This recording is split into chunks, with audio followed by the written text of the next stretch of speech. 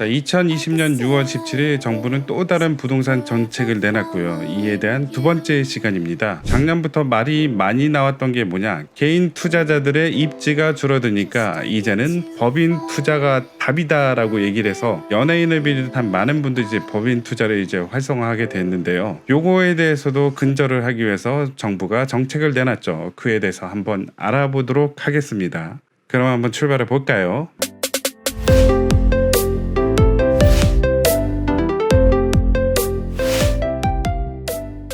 법인 활용을 통한 투기 수요 근절이라고 나왔고요. 주택 매매 임대사업자 대출 규제를 강화합니다. 현행은 이제 의미가 없으니까 개선 보도록 할게요. 모든 지역의 주택 매매 임대사업자에 대하여 주택담보대출은 빵원 X 하나도 안 나온다는 얘기죠. 자, 여기 나오죠. 자, 규제지역 비규제지역 모두 포함, 법인 개인 사업자 모두 포함, 개인이든 법인이든 내가 사업자를 내가지고 매매나 임대를 하고 싶다. 자, 대출 안 나옵니다. 이제 빵. 자, 적용 시기는 2020년 7월 1일부터 적용을 하고요. 신규 대출 신청분에 대해서 적용을 하니까, 자, 예외 사유에 해당하는 경우 주담대 이용 가능이니까 요 예외 사유만 나중에 한번 알아볼게요.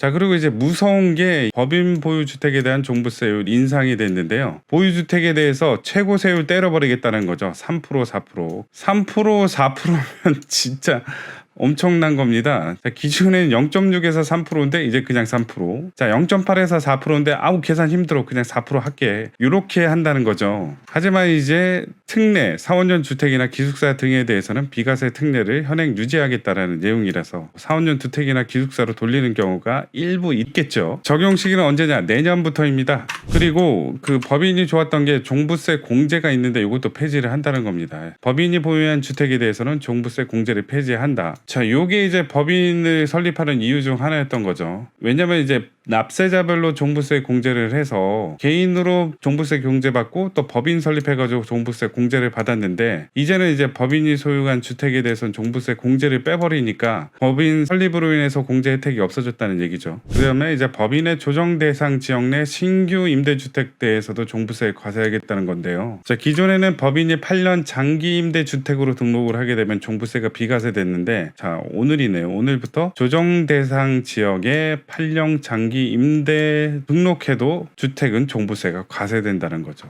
세금 엄청나게 때릴 테니까 너 법인 설립해서 살려면 사라는 거죠.